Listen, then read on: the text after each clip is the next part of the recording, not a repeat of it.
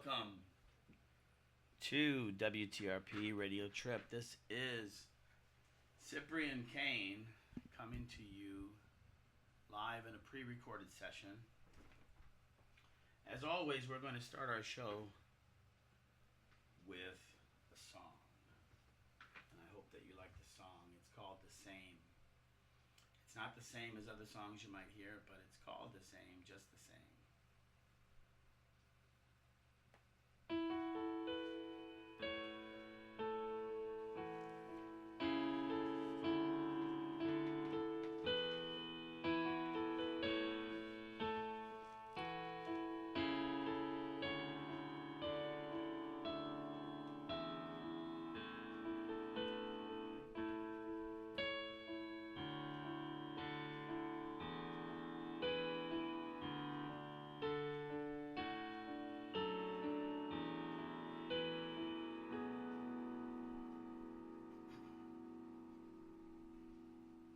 She goes into the marketplace and with the magazine, everything is looking so serene. Or so it seems. The cars are driving down the street, calling out her name. So I guess that everything remains the same. She told about an orphanage when she was only 3.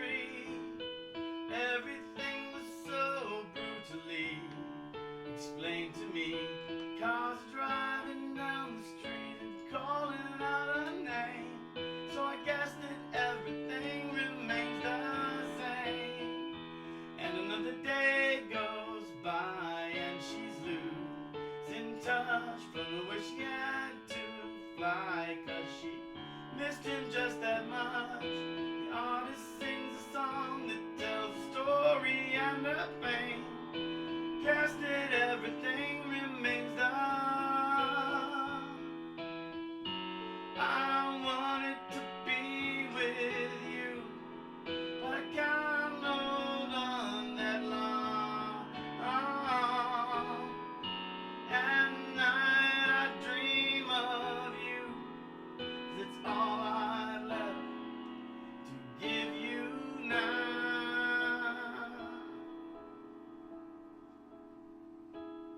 And another day goes by and she's losing touch from the way she had to cry, 'cause she missed him just that much. And the artist sings a song that tells her story and her name. I guess that everything remains the lover's coming back one day. He'll meet her on the hill. Think he saw her at her windowsill, just standing still. But as he passed by her headstone bearing another name, he realized that none stays the and another day goes by and we're losing touch from the way she had to fly. She missed him just as much. And the artist sings a song that tells her story and her fame. So I guess that everything remains the same, same, same. Good evening, folks, and welcome to the Cyprian Kane Martin Markovich Show. Good evening, Cyprian. It's great to be back with you. Martin, how are you, my friend? I'm doing well and looking forward to our show on silent movies. Are you excited about this as I am? Well, I really appreciate the opportunity. I'm not an expert on movies or video production like you are studying, but I do have a passion for and some knowledge about silent movies, and which have been mostly forgotten. And we have a chance to talk. You know a lot about them too, and we have a chance to talk about them for the audience out there. Yeah, maybe we can spark somebody tonight. My goal is this. If we can get one person listening to turn on silent films and check them out, really check them out. Not compared to today's stuff, Not CGI, not any of that kind of stuff, but just seriously check them out for their own, where they came from, and imagining what they had to work with back in those days, what technology they had, what techne they had available to them. It's amazing to see the things that they did, and I'm excited about this show. And as you implied, silent movies were an early stage in the development of movie, film, and video industry. And when the ability to take moving pictures was developed by Thomas Edison, Thomas Edison also developed the ability to record sound, but what he could not do, great a genius as he was not able to synchronize the two together. So the early movies started by Edison, and then later on people in France and the United States and other places, there was no soundtrack because they couldn't be synced back then. And can I say this, Martin? Didn't that burn Edison? That I don't know. I think it chapped him because he really wanted control over these things. Yeah. And he did live to see sound movies come on board because he was a very long-lived individual. But wonderful genius. But anyway, at that point, movies did not have talking. They did not have any noise at all that was recorded at the same time as the camera recorded the visual action. They did usually have music play. A lot of them had music. So they would playing have in the piano background. players most times, right, at the theater. Some piano players and organists typically. Yeah, yes. But for those who don't know, silent movies were the movies starting. The very early ones were made maybe as early as 1890, and then their era ran through most of the 1920s. And at the end of the 1920s, the technology was developed to record video and sound and synchronization, and we entered into the next phase. But there was decades of silent movies, and they also, another technological aspect of silent movies is they were black and white. They didn't. Yes. They didn't have the technology to film color movies in those days, even though they were trying to do that as well. So that's a whole different art form. It's a type of film, but it's an art unto itself. Certain things could be expressed better and more poignantly and more comically without the characters talking or shouting or laughing, not that you could hear. And it developed a whole genre of communication. And thousands of movies were made, many of them in the United States, but a great many in other countries as well. Yes. And it was a highly developed art form before it basically passed away. Yes, and we're going to touch on some of that about the French's influence. France really had it going on in the early days as far as their ability to build projectors, to produce their own films. Some of the writers, some of the individuals that have failed to have their name carry on because it was so long ago, and it was really the early stage, but there were these titans of the industry that really came forth and were writing and directing and starring in their own films and starting to make noise in those ways. Right. So there was the early era, what we could consider the early era, though it wasn't the very beginning. And I think, did you say 1906 to 1915? Yes. Was that era? That was the basic era, the second decade, where they started to take these films, because prior to that, like here's an example of a film that they had in the olden days, which was considered a film. Because most things weren't considered films, they were just shots. But there was a film where there were two large doors, and the doors open up, and all these factory workers come out, and then at the end, the doors close, so the first shot looks exactly like the last shot, and that was considered a full circle or a film. And that's how films were in the beginning time. But after 1906, they started investing more money, being more elaborate, longer films, bigger crews, better comedic timing, of course. And then we're going to get into the big guys, the titans of the industry that we really want to talk about tonight. But I'll let Martin take it from there. All right. And the biggest star of the entire silent era was Charlie Chaplin. Chaplin! And Charlie Chaplin He lived from 1889 to 1977. He had a long life. He was an Englishman. He was born in London. He did come to the United States to make movies as after the beginnings of a very successful career as a comedian in England. He was still in his 20s, in his mid-20s, when he came to the United States, to Hollywood, which was only then becoming the center of the film industry, about 1914. And he spent most of his film career in California, although he did die in Switzerland. And not only was he the number one star of the film era, with starting out with very short movies, typically one-reelers of 10 minutes, and then moving on to the much longer 2-hour movie form as his career mushroomed. Eventually, King of New York, Limelight, all those films. Right, including, as you mentioned, his later films, which are sound films.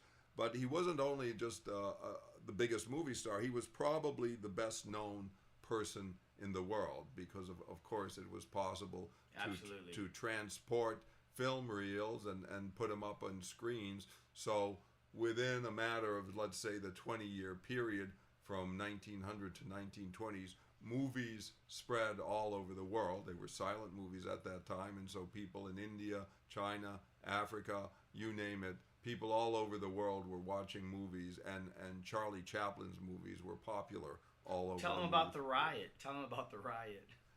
Which riot?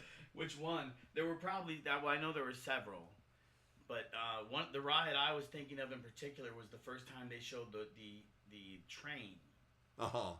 Coming right at the people, the audience, the train coming right at you, and everybody started running out of the theater. Yep. That explains the tremendous impact of movie, because people didn't know any visuals and they didn't certainly know any videos of motion other than real life. So when they saw a train approaching them on the screen, they naturally thought, oh, this train is coming right at us. We have to get out of the way, and that just showed how revolutionary the idea was at that time. Absolutely. So to say a little bit more about Chaplin, yes. He co-founded one of the major movie studios, which was called United Artists. It was called United Artists because it was an alliance of 4 of the biggest movie figures of that time, including Douglas Fairbanks and his wife, who I think was Mary Pickford, if I'm remembering right, and also the director D.W. Griffith. And they co-founded that movie studio so that they could have more freedom to make the movies they wanted to make without interference from the other studios that existed at that time. And United Artists, it actually survived till 2023. It was just last year it was finally merged out of existence, but it lasted for 100 years, and I don't know how many movies they made. It was certainly in the hundreds. What a beautiful legacy for Charlie Chaplin. Incredible guy. A couple things I wanted to say about him was that not only did he write and direct his own films, but he also did the scores. He did the shots. He worked his butt off in really producing some great art. And if you just watch something like Monsieur Laveau and watch how he even shuffles the money when he's counting the money, you could see he was a perfectionist at everything that he did. If you watch him when he does roller skating, for instance, it'll blow your mind. What he does backwards, forwards, sideways, everything else. He was an incredible artist, and unfortunately, we can't spend the whole show talking about him because there were other incredible artists. Right. But I did want to say a little bit more about the character who Chaplin. Oh, the tramp. The tramp, who he portrayed in most of his movies, beginning in the 19-teens, when he started to direct and write his own movies, going forward into the 1930s and beyond. This character of the tramp, who was a silent character, but the way he moved, the way he expressed himself, his facial expression, he really expressed a universal set of emotions. And the tramp was basically somebody who was down and out. He was a person who was all alone in the big city, like millions of people at that time, still happening today, but at that time, millions of people in America, Europe, other parts of the world, they were leaving the farm, they were leaving their homes, they were moving into the big city. In some cases, they really had to. In other cases, they were looking for economic opportunity, they were looking to pursue their dreams, but an awful lot of them were alone in the world. A lot of them, of course, had financial challenges. How were they going to support themselves? What were they going to do? And the Tramp expressed all of that. Can I say something? You are on fire. That's fantastic stuff right there. I mean, think about that. The Tramp embodied basically what all the immigrants that were going through, so many other people. In fact, there were many films that he did where he was of an immigrant status, and he was able to push forward. And in every single film, he always has that optimistic, overcome anything, still walk off at the end. And to give you an idea of what Chaplin looked like, for those people who don't know what Chaplin looks like, which is unbelievable to me, but I'm sure it happens, he had oversized shoes, he had an undersized jacket, he had this little bow tie, he had a little hat with a little mustache that was a little box mustache, and he had this little cane that he carried with him as well, and he was fantastic. He was light on his feet and a genius. And I would say, with maybe one or two exceptions, almost any movie you see with Charlie Chaplin from 1916, which is very early in the history of film, up to Modern Times in 1936, over a 20-year period, almost any movie you see with him, he will be portraying that same basic character of the Tramp. So, what year did he actually retire the Tramp? Well, he retired the Tramp mostly with Modern Times, which was his last movie, which was mostly silent. He actually sings in it, but he doesn't speak in Modern Times. And then his next movie was The Great Dictator, which reflected world events.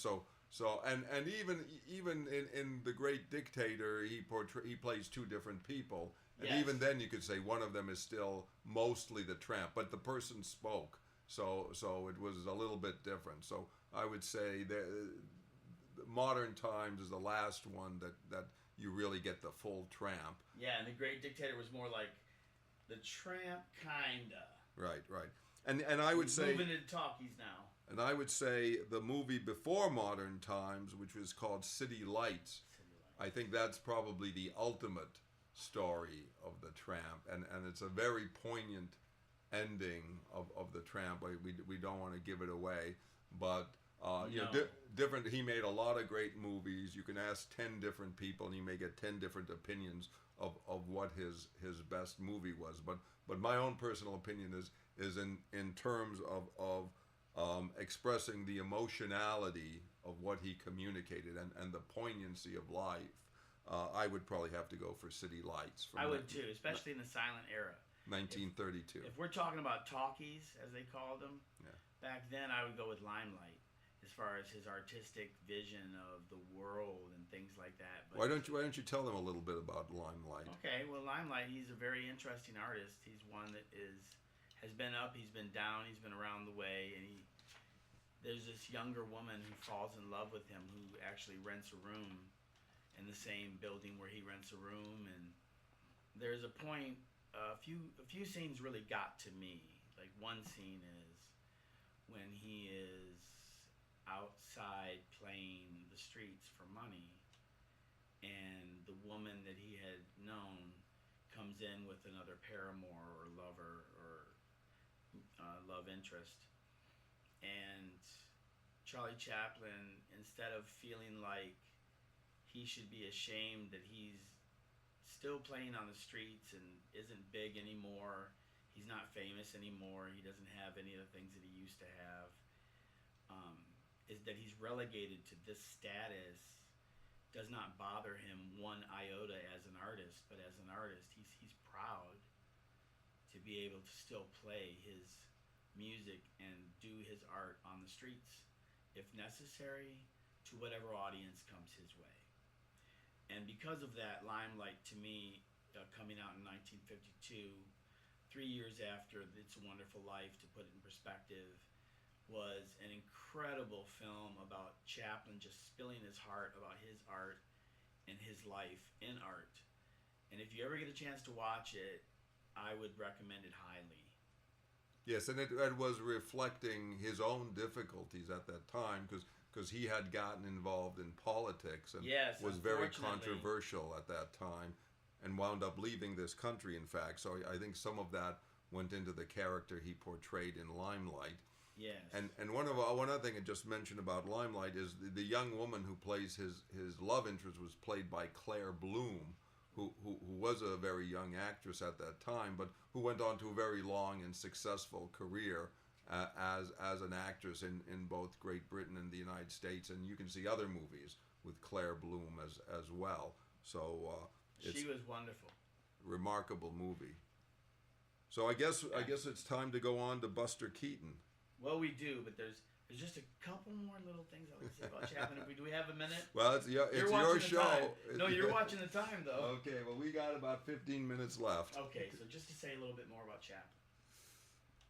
Everybody wants to talk about the controversy as far as how many wives he had and this kind of stuff. The nice thing is, and here's the beautiful thing about Chaplin's life, and if you listen to a lot of the quotes that he said, you can see that he was really on the right track as far as a lot of things in his search for life, his spirituality and those things. But he found Una, who was his last wife and greatest wife to him. She was, like all the others, younger than him, but at the same time, they found true love, and she stayed with him all the time up until his death. And afterwards, she lamented his passing, but she went on with her life as well. And it's just a beautiful love story to wrap up a wonderful scene with Chaplin. So we want to think about Chaplin walking off into the sunset the way he does as the tramp, and thinking about him in those terms. And Una started out as Una O'Neill. She was the daughter of the very well-known playwright Eugene O'Neill, Yes. who was one of the leading playwrights in the United States at that time. So yes, and he did find a stable marriage finally, thank God. And they were married until his death. I think that was over 30 years. And they had, I think, 4 or 5 kids too. And his daughter became Geraldine Chaplin became a movie star as well. And the other thing I wanted to say really quickly, we're never getting off Chaplin because you got me on Chaplin. No, the last thing I wanted to say about it is this was the McCarthy era when Chaplin was actually exiled to Sweden, or Switzerland rather. Switzerland, yeah. You know, people hated him at that point. He got to the point to where they thought he was a communist. And he had no career. There was no way he could do anything. They hated him for so long, and then it wasn't until like 1988 or something they invited him back for a Lifetime Achievement Award. Yep, Oscar. An Oscar. And he won an Oscar that way. And he was nice enough to come back to America, the place where he had made it, that turned around and hated him in the end.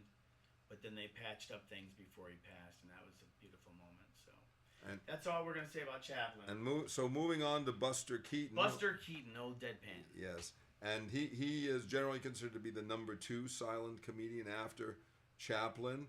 And even though Chaplin, of course, like all actors, was physically a very talented guy, there was nobody physically talented like Buster Keaton. No.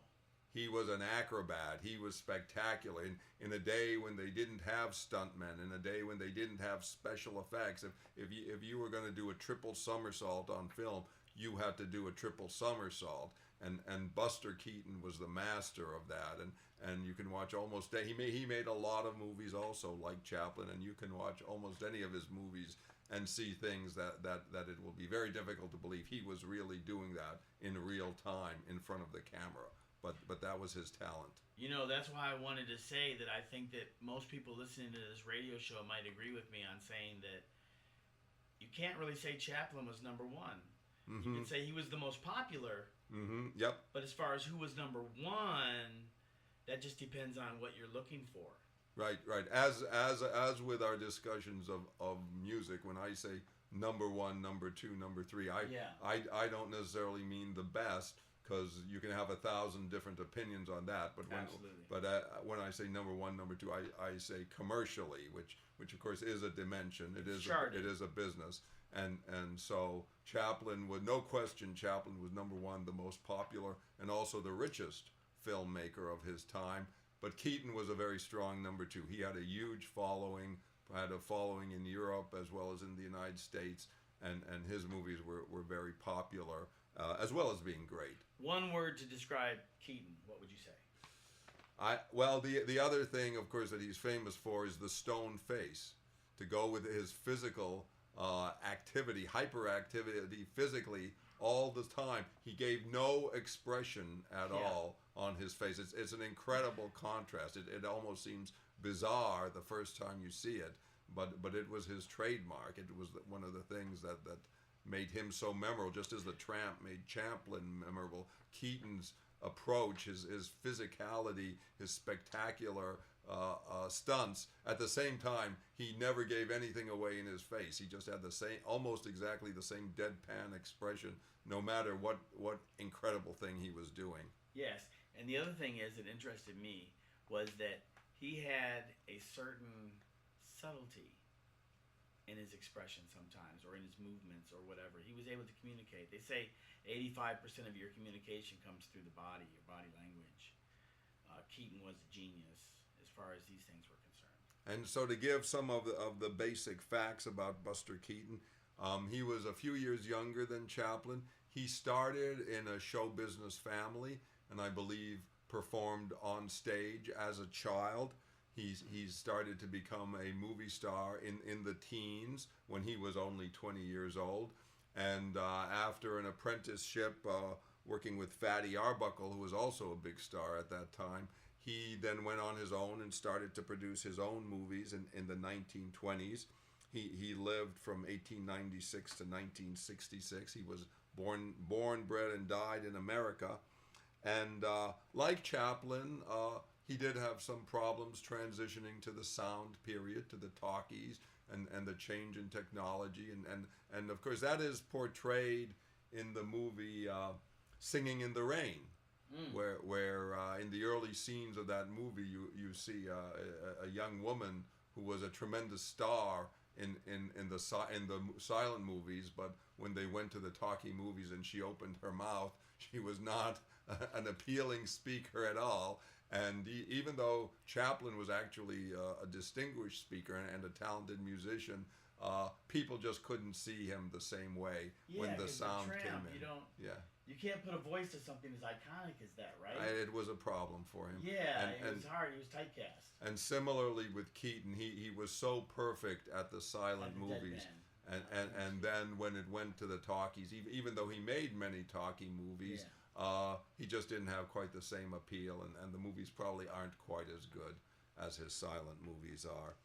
And I wanted to mention a couple. There's one film for which he's very well known, which is The General, but a couple of his other notable films are, he did one called Three Ages from 1923, which is actually a parody of a D.W. Griffith film. We mentioned D.W. Griffith.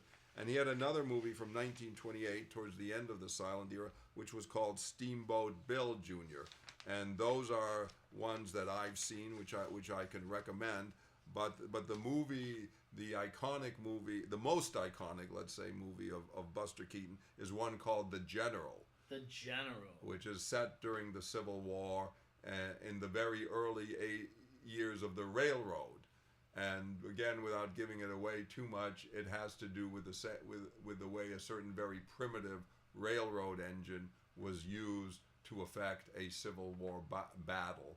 And you get to see Keaton doing some of his physical acrobatics and physical comedy on this moving train. And once again, it's not special effects. He did everything that you see in that movie, and that was his most successful and certainly one of his most memorable movies. Buster Keaton was fantastic.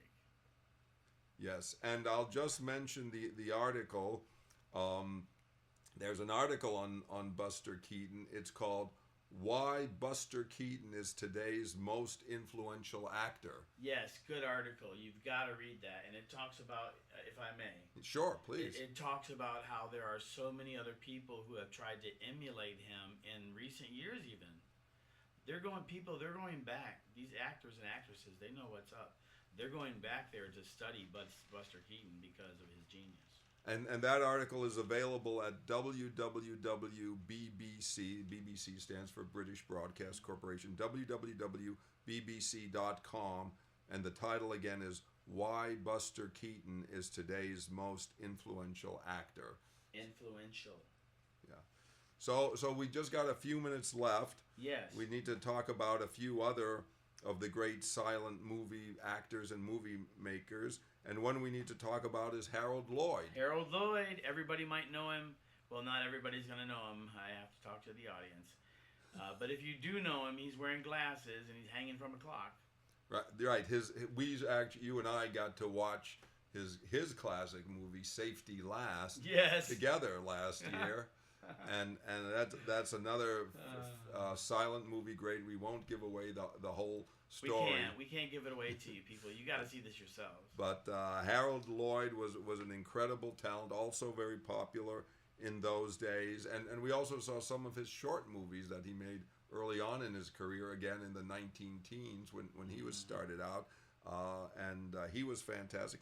Now, another artist that was a major silent movie artist that some people may not be aware of is Laurel and Hardy. Oh my goodness, Laurel and Hardy. Now he knows how big of a fan I am of Laurel and Hardy. Laurel and Hardy are everything to me. As far as the comedy duo. I love it when he sits down and he says, "Waiter, one more glass of milk, please, and 2 straws." And many people may have seen many of Laurel and Hardy's sound films because they were one act that was very successful with sound, and I think probably people get more opportunity now to see their sound movies, but they actually made about 30 or 40 silent movies, because when they first got together in late 1927, early 1928, that was still the silent movie era. And they were making these one-reel movies. I think they made some 2-reelers as well. They were cutting one a week in those days. That was the way the industry operated. One a week, people. And so they made 30 or 40 silent movies going into early 28 before they converted to sound. And one of their most successful movies, which maybe some of our audience did see, is a movie called Big Business. Big Business. And we won't give that one away either. But the movie does feature some destruction. We'll just say, in a very comical, basic. It's not violent in terms of people being hurt, but it is very comical in the destruction of property. And that was one of their best movies, and that is silent. So if you're a Laurel and Hardy fan and you haven't seen any of their silent movies, Big Business is a great place to start. Yes, Laurel and Hardy. They really paved the way and started it. A lot of people don't know that Stan Laurel was also fill-in for Chaplin at times on the show, and in vaudeville and different things like this. So they were a fantastic team. And just to mention a couple of other of the major silent movies, in Germany, there was a director named Fritz Lang, and he made a movie called Metropolis. Oh, yeah. Which is, again, that's a little bit of a sci-fi. That's a futuristic society. It has a political message as well. And that is actually my favorite silent movie of them all. Fritz Lang's Metropolis, made in Germany. And Fritz Lang also made a number of sound movies and had some success with that. And then, of course, there's Greta Garbo, also a big sound movie star. Stay away from me, I want to be alone. But she started with silent movies as well, and she also, like Buster Keaton, they were almost like the male and female version of the great stone face. Yes. They didn't give away their emotions. And she was like that in real life too. She was very private later on in her life. Yes, the great Greta Garbo, and of course there are many other silent artists we could talk about. But since most of you all never even heard of it before, we hope this show has given you a good introduction. There's so many other people that we could mention to you. We could mention Andrew Deed, Charles Prince, Max Linder, Reggie Switz, who played Winky, and so many others that we'd love to go into. But alas, the time has failed us. It's almost time to wrap up the show, so Martin, is there anything else we need to say? Just thank you, Cyprian. I've really enjoyed our taping session. I've had a fantastic show as well. Thank you, Martin. Well, folks, This is Cyprian Kane saying until we see you next time. Excelsior.